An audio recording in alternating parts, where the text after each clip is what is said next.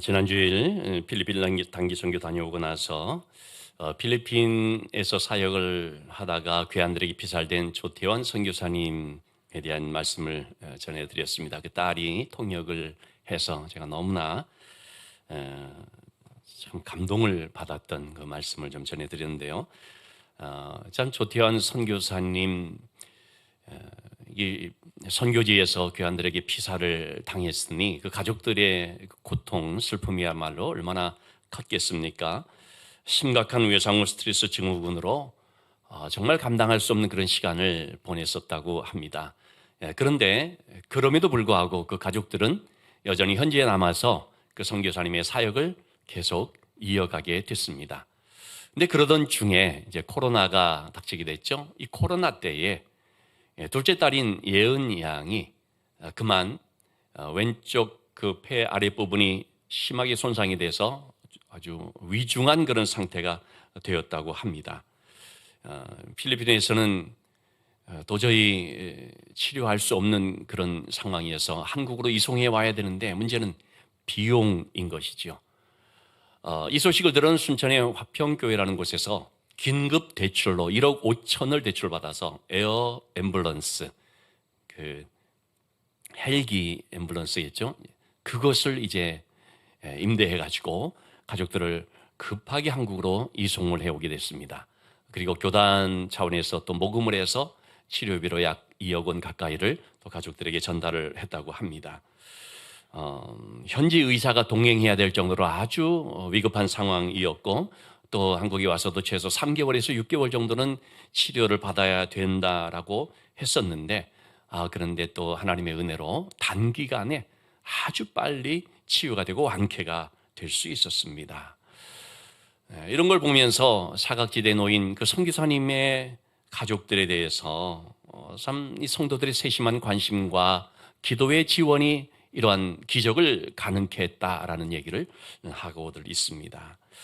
여러분, 우리 성도들의 삶에는 이런저런 고난들이 있지요. 더군다나 주의 일을 하고 있는데도 불구하고 큰 그런 어려움을 당할 수도 있습니다. 그런데 문제는 그 고난만 있는 것이 아니다는 것입니다. 그 가운데 보면 하나님의 깊은 위로가 함께하는 것을 볼 수도 있고요. 또 조금 기다려보면 하나님께서 하시는 놀라운 일이 나타나는 것도 알 수가 있습니다. 오늘 본문의 말씀에서도 우리는 그런 부분들을 살펴볼 수 있습니다. 지난 시간에 말씀드린 것처럼 바울 사도는 빌립보 지역에서 기도할 곳을 찾다가 귀신 들려 점치는 여종을 만나게 되었고 너무나 괴롭게 하는 바람에 전도에 방해가 되니까 그 귀신을 내어 쫓았습니다. 그런데 그로 인하여서 그만 감옥에 갇히는 상황이 벌어졌습니다. 23절, 24절의 말씀을 보니까 이 사도들을 많이 친 후에 옥에 가뒀는데 간수에게 명령을 했죠. 든든히 지키라. 그러자 간수가 이런 명령을 받아서 그 사도들을 깊은 옥에 가두고 발을 착고에 든든히 채우게 됐습니다. 바울과 실라 두 사람은 선한 일을 하다가 심한 고난을 당하게 됐습니다. 여러분, 이럴 때 자칫 낙심이 될 수가 있죠. 그런데 두 사도는 낙심한 것이 아니라 25절의 말씀을 보니까 한밤중, 이 한밤중이라는 것은 가장 어둡고 또 힘든 시간을 뜻한다고도 하겠죠. 바로 그런 시간대에 바울과 실라는 뭘 하고 있습니까? 기도하고 하나님을 찬송하며, 기도를 하더라도 어떤 원망 섞인 기도가 아니라 찬송하는 기도인 거죠. 하나님을 신뢰하고 의지하기 때문에 이런 기도와 찬송이 나올 수가 있을 것입니다. 자, 그러자 그것을 듣는 사람들이 있었습니다. 죄수들이 듣더라. 듣더라라는 말, 에페크론토라는 말은 집중해서 귀 기울여 듣다, 경청하다라는 뜻입니다. 바울과 실라의 그런 모습을 주의 깊게 지켜보면서 듣는 사람들이 있는 것입니다. 자, 여러분, 우리가 인생의 한밤중을 만나게 될 때에 성도들로서, 세상 사람들은 뭐 두말할 필요가 없고 성도들로서 이런 인생의 한밤중을 겪게 되면 낙심과 원망으로 시간을 보내는 사람도 있고, 반면에 바로 그런 시간대에 오히려 하나님을 찾으면서 하나님 앞에 엎드려 기도하는 사람들도 있지요. 여러분, 하나님이 누구와 함께 해 주시겠습니까? 필리핀 낭기 선교를 이제 다녀왔습니다만은 작년 초에 3월 달 우리 필리핀 돕고 있는 우리 신준범 선교사님 교회에서 한 곳에 자그맣게 마련하는 그런 교회가 있었는데 그 교회를 이제 증축해야 되는 그런 그 일을 듣게 됐습니다. 그래서 먼저 우리 교회에서 1,000만 원을 지원을 해서 그래서 또 여러 군데 지원을 받아가지고 그 일을 착수할 수 있도록 했습니다. 그리고 그때로부터 계속해서 이 건축 관련된 소식들 기도 제목으로서 저에게 보내주셨고, 그리고 우리가 화요, 목요, 중보기도 때 제가 계속해서 기도 제목을 말씀드리면서 건축이 순조롭게 완공이 될 수 있도록 또 기도 부탁하고 기도했습니다. 그 여러 사람들 이렇게 이제 그 계약서를 이렇게 살펴보면서 그 중에 조셉이라고 하는 업자가 참 믿을만하다. 그래서 아마 그 전에도 조금 이제 관계도 했었고 해서 이 사람 맡기면 되겠다. 그래서 그 사람을 선정해서 일을 시작하게 되었다고 합니다. 그리고 일을 진행하면서 처음에는 한 40% 정도의 그런 금액을 주고 조금 더 지나면서 나중에는 90%까지 비용을 다 이제 지불을 했습니다. 그리고 마지막 완공되면 나머지 10%를 주기로 했는데, 그런데 한 4, 5개월 정도면 완공해야 될 그런 것인데 한 7, 8월을 지나면서 도무지 진도가 안 나가는 것입니다. 차일피일 미루고 이 업자가 여러 가지 핑계를 대면서 일을 안 하는 것입니다. 그리고 물어보니까 이 일을 하는 인부들에게도 이 비용을 제대로 지급을 안 했다는 것을 알게 되었습니다. 결국은 만나서 확인을 해봤더니 이 업자가 그동안에 받았던 돈을 다 써버리고 말았습니다. 아내가 이제 아픈데 그 병원비로 다 써버린 것입니다. 그래서 어떡합니까? 이거 약속대로 이거를 해내야 하지 않습니까? 법적인 조치까지도 하게 됐습니다. 그러나 그 업자는 나는 이제 돈이 못한다. 그러면 손들어 버리고, 그래서 할 수 없이 그 모든 것들을 다 떠안을 수밖에 없는 상황이 됐습니다. 남은 일들은 이제 교회가 알아서 사람들을 시켜서 해야만 되는 상황인데, 문제는 또 비용이 없는 것이죠. 그래서 우리 교회에서 또 지원을 하고 했었는데요. 자, 그런 상황이 되자 그 작은 교회 한 몇십 명 안 되는 그런 성도들, 필리핀 성도들이 얼마나 가난한 성도들이겠습니까? 그런데 이 성도들의 마음이 움직였다고 합니다. 그동안에는 그냥 한국에서 지원을 받아서 뭐 그냥 있으면 저절로 잘 되어지겠거니 그냥 쉽게 이렇게 되어지는 걸 생각들을 했던 가운데 있었죠.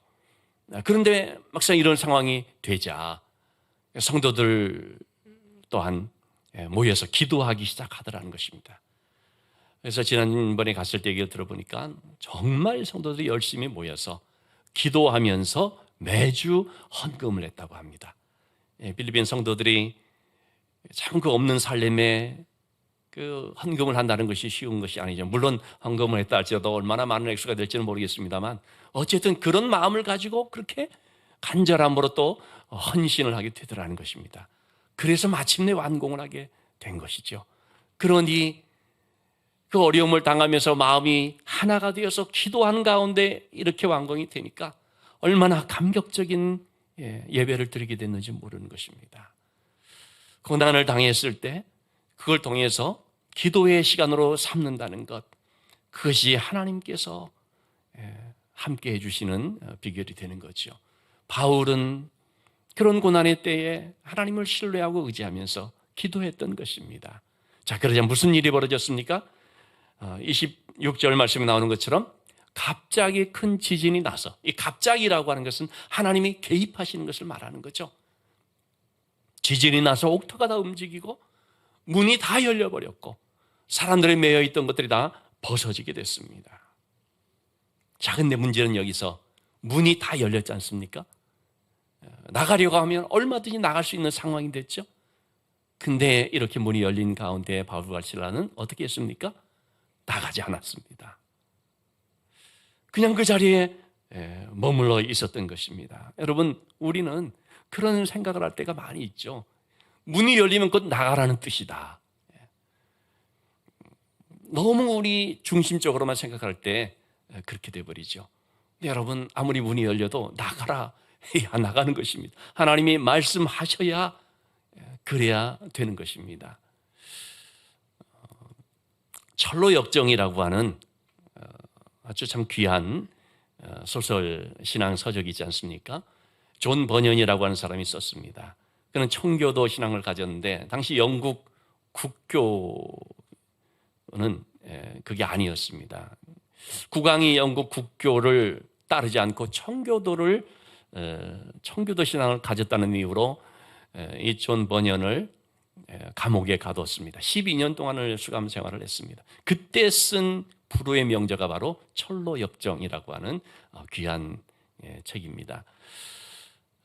근데 그때 수감 생활을 하고 있던 중에 그 감옥의 간수 중에 한 사람이 존 버년을 평소에 너무나도 존경하고 그 감옥에서도 이런 모습들을 보면서 참 흠모하는 마음이 있어서 그래서 자기 딴에는 좀 배려한답시고 버년에게 오늘 밤에는 잠시 집에 가서 가족들 만나고 지냈다가 다음날 오셔도 좋습니다 라고 얘기를 하게 됐습니다. 자기가 책임을 지겠다는 것이죠. 별일 없을 줄 생각을 하고 그래서 버년이 나갔다고 합니다. 근데 갔는데 너무나 마음이 불편한 것입니다. 그래서 그냥 돌아왔습니다. 근데 돌아오니까 이 간수가 깜짝 놀라가지고 왜 그냥 왔냐, 왜 오셨냐고 하니까 성령 인도하심이 아닌 것 같다고 그러면서 이제 왔다는 것이죠. 그리고 나서 조금 후에 전혀 예고 없이 국왕이 보낸 시찰단이 그 감옥을 찾아왔다는 것입니다. 죄수들이 잘 지금 제대로 있는지, 특히 존 버년이 잘 있는지 가서 살펴보고 보고하라. 왕이 그렇게 명령을 내려가지고요. 그래서 보러 왔다는 것입니다. 그러니까 간수가 깜짝 놀란 것이죠. 하마터면 큰일 날 뻔했다고 말합니다. 그러면서 버년에게 말하는 것이 선생님이 성령의 인도를 받았기 때문에 선생님도 살고 나도 살았습니다. 다음부터는 내가 어떻게 말하든 선생님이 그냥 가고 싶으면 가고 있고 싶으면 있고 하십시오. 성령의 인도를 받으면 되겠습니다 라는 그런 얘기를 했다는 말이 있습니다. 여러분, 우리가 어떤 상황이 딱 주어졌을 때 내 임의대로 그렇게 해석해서 내 편한 대로 하는 것, 그것이 신앙적인 그런 것은 아니다라는 것을 알아야 됩니다. 자, 여러분, 이때 바울과 실라가 만약에 이 감옥을 그냥 나가버렸다면 어떤 일이 벌어졌을까요? 책임을 맡은 간수가 위험하게 되는 것이죠. 그는 이 처벌이 두려워서 자살을 했을 수도 있습니다. 실제로 27절, 28절의 말씀을 보시면 간수가 어떡합니까? 죄수들이 다 도망간 줄을 생각을 해서 칼을 빼어 자결하려고 했던 것입니다. 고난 앞에서 바울과 실라는 기도하고 찬송을 하지만 간수는 이런 고난을 만나게 되니까 너무나 낙심이 되어서 자결하려고 하는 모습. 여러분, 이것이 바로 하나님이 있는 사람과 하나님이 없는 사람의 너무나 분명한 차이점이라는 걸 알 수가 있죠. 자, 이런 상황에서 바울은 크게 소리를 쳤습니다. 너의 몸을 상하지 말라. 우리가 다 여기 있다. 여러분, 이게 누가 누구를 걱정하고 있습니까? 죄수인 바울이 간수를 오히려 더 걱정하면서 너의 몸을 상하지 말라 그렇게 말하고 있죠. 여러분, 이런 상황에서 간수는 얼마나 놀랐겠습니까? 지진이 나서 감옥문이 열린 걸 보고서도 놀랐을 텐데 그럼에도 죄수인 이 바울과 실라는 여전히 그대로 있는 거 보고 더 놀랐겠죠. 아니, 무슨 이런 사람들이 있나. 그런데다가 한수를 더 떠서 이 바울과 실라가 자기의 안위가 아니라 간수인 자신의 생명을 더 걱정해 주는 걸 보고서 충격을 받았을 것입니다. 아마도 그런 죄수는 본 적이 없을 것입니다. 이런 사람들이 있구나 했을 것입니다. 자, 그럴 때에 29절 30절의 말씀, 간수는 뛰어들어가면서 무서워 떨며 바울과 실라 앞에 엎드립니다. 한마디로 말하면요, 이 간수는 자기의 온 존재가 다 흔들려 버린 것이, 삶의 터전이 다 흔들려 버린 것입니다. 너무나 두렵고 떨리는 것이죠. 그래서 엎드릴 수밖에 없는 것입니다. 그럴 때 선생들이여, 내가 어떻게 해야 구원을 받으리까 묻지요. 내가 어떻게 해야 구원을 받으리까? 여러분, 자기의 삶의 터전이 견고하고 안정적인 사람은요, 절대로 이런 얘기 안 합니다. 구원의 문제 안 꺼냅니다. 뭐 지금 살기 좋은데 구원 쓸데없는 말 하지 마, 그런 얘기를 할 것입니다. 누가 이 구원의 문제를, 이 본질적인 구원의 문제를 제기합니까? 자기 삶이 무너진 사람, 산산조각이 난 사람들. 우리가 인생을 살면서도 그렇죠. 뭐 살만할 때, 세상이 재밌을 때 무슨 신앙이고 뭐 영적인 문제고 뭐 구원이고, 그런 거 난 관심 없다, 아마 그럴 겁니다. 그런데 뭐 어떤 일 때문에 자기가 흔들릴 때, 뭐 생각지 못했던 어떤 문제를 만나게 될 때, 그때에 엎드리면서 이 구원이라고 하는 것을 생각하게 되는 것이죠. 31절 말씀에 바울은 이렇게 얘기를 했습니다. 주 예수를 믿으라. 그리하면 너와 내 집이 구원을 받으리라. 주 예수를 믿어라. 여기서 말하는 이 주라고 하는 말은 큐리오스라는 말인데, 절대적인 권세를 가진 통치자, 주님, 주인이라고 하는 뜻이 되겠습니다.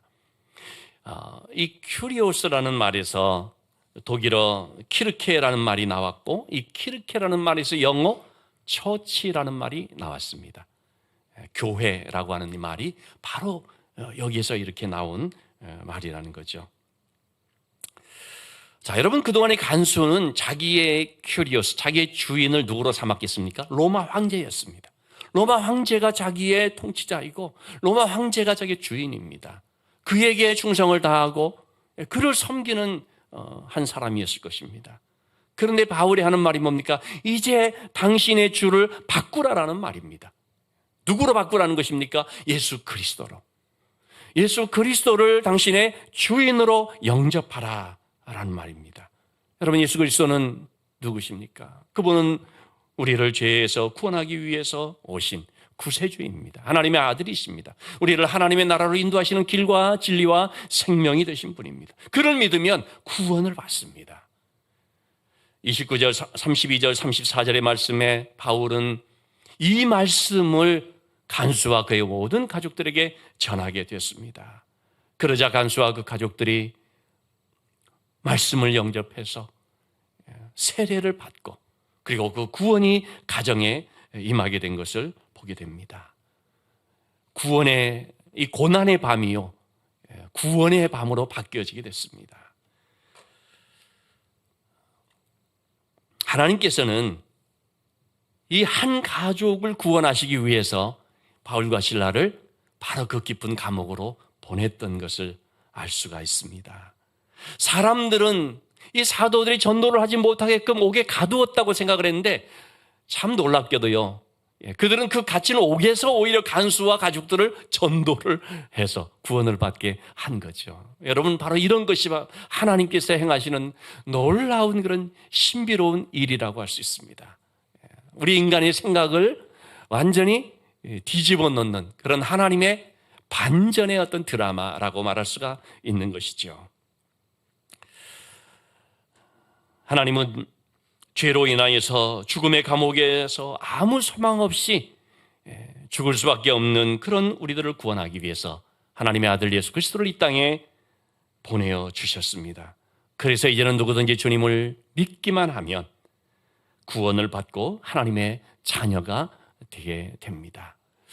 그동안 내가 섬겼던 어떤 주가 있었다고 할 수 있죠. 물질을 주로 삼을 수 있고, 또는 세상의 어떤 권세를 나의 주로 삼았을 수도 있고, 어떤 사람을 주로 삼았을 수도 있죠.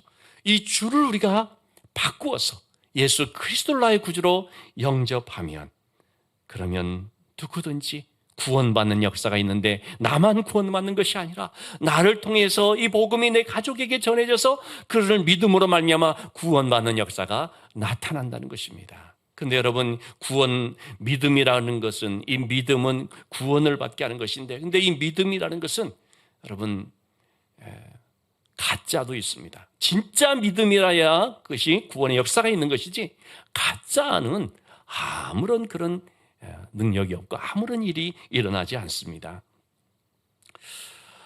우리 엊그제 금요 심야 기도회 때 마다가스카르에서 사역하는 의료 선교사인 이재훈 선교사님의 간증을 들었습니다.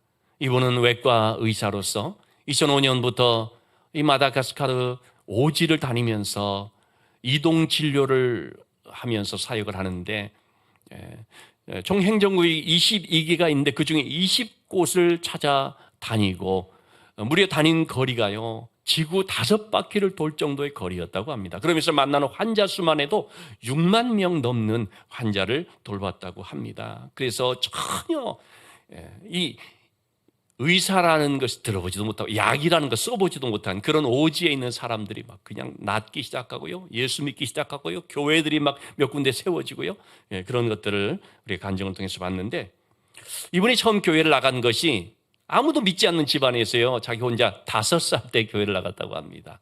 교회를 나갔는데 전도를 해오면 책갈피 선물을 주더라는 것입니다. 그래서 그 책갈피 선물을 받고자 하는 그런 마음으로 자기 반 친구들 열심히 전도를 했다고 합니다. 초등학교 5학년 때 한 친구를 딱 찍어서 전도를 하게 됐는데, 그 집안이 할머니부터 시작해서 전부 다 불교 집안인 것입니다. 6개월 동안을 그 친구 집으로 찾아가서 교회 나오라고 한 것 같습니다.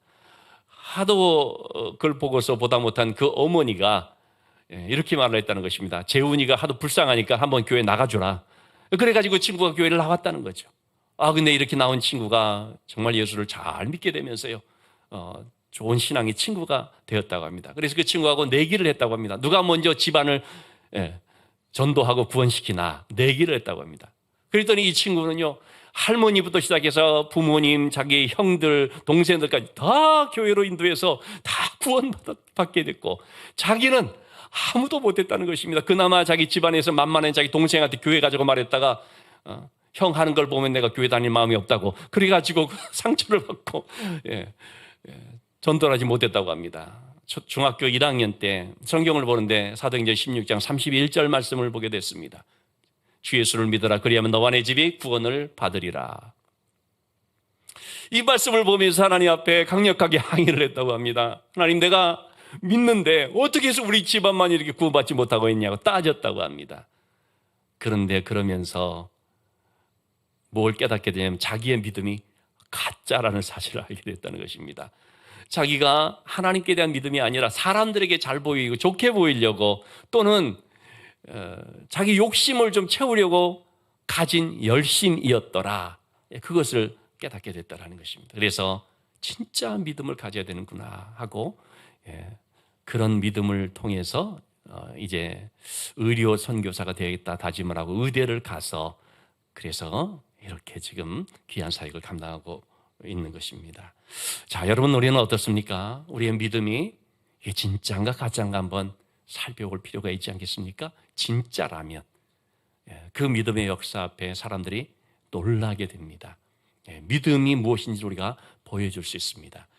저는 중학교 1학년 때로 기억이 되는데요, 제가 처음으로 읽은 신앙서적이 안희숙 사모님의 죽으면 죽으리라라는 그런 책이었습니다. 죽으면 죽으리라, 너무나 잘 알려진 그런 내용이죠. 굉장히 양도 많고 두껍고요, 세로로 된 글씨고요. 근데 그것을 다 탐독해서 읽었던 기억이 납니다. 안희숙 사모님은 신사참배를 반대해서 평양 형무소에 수감이 됐습니다. 그런데 그 평양 형무소에서 여죄수들은 매일같이 일본 군인들 군복 단추를 다는 작업을 했다고 합니다. 문제는 주일날도 시키더라는 것입니다. 그래서 안희숙 여사는 내가 신사참배를 반대해서 우상숭배하지 않는다고 이렇게 감옥에 왔는데, 아니 감옥에서 어떻게 주일을 범할 수가 있느냐, 그래가지고 주일날 나는 작업하지 못한다라고 거부를 했다고 합니다. 그러자 형무소장에게 끌려가게 됐습니다. 소장이 그를 앉혀놓고 큰 소리로 얘기를 했습니다. 대일본 제국 천황폐하의 이름으로 명한다. 일요일 날 일하라 했다는 거죠. 그런데 안희숙 사모님 전혀 거기에 위축되지 않고 자리에서 벌떡 일어나서 정말 담대하게 더 큰 소리로 천지 만물을 창조하신 하나님의 이름으로 명한다. 주일날은 일하지 않는다. 그랬더니 여러분, 그러면은요, 이 소장이 그냥 화가 나가지고 막 난리법석을 칠 것 같은데, 이 소장이 말이죠, 예상치 않게 혼잣말처럼 이렇게 얘기를 하더라는 것입니다. 내가 그동안 신앙이라는 것에 대해서 말은 들어왔었는데 오늘 그 신앙이라는 것이 뭔지 처음 봤다. 여러분, 이거 대단한 말 아닙니까? 불신자인 그 소장이 사람들이 신앙 그렇게 얘기한 거 들었지만 그게 진짜로 뭔지 오늘 봤다라는 거예요. 그래가지고 당신은 일요일 쉬십시오. 작업을 면제해 줬다는 거죠. 근데 이 일이 알려지면서 그 감옥에 있는 죄수들이요, 안희숙 사모님을 만나면 절을 했다고 합니다. 안희숙 사모를 비롯하여서 신사참배를 반대하면서 옥고를 치른 분들이 사실은 1945년 8월 17일인가 18일 사형 집행하기로 되어 있었습니다. 그래서 사형 집행을 앞두고 이게 함께 있는 분들에게 천국에서 만납시다, 작별 인사를 다 했다는 것입니다. 아시는 것처럼 1945년 8월 15일 그 사형 집행을 한 사흘 앞두고 해방이 되어버렸습니다. 정말 그 놀라운 그런 간증입니다.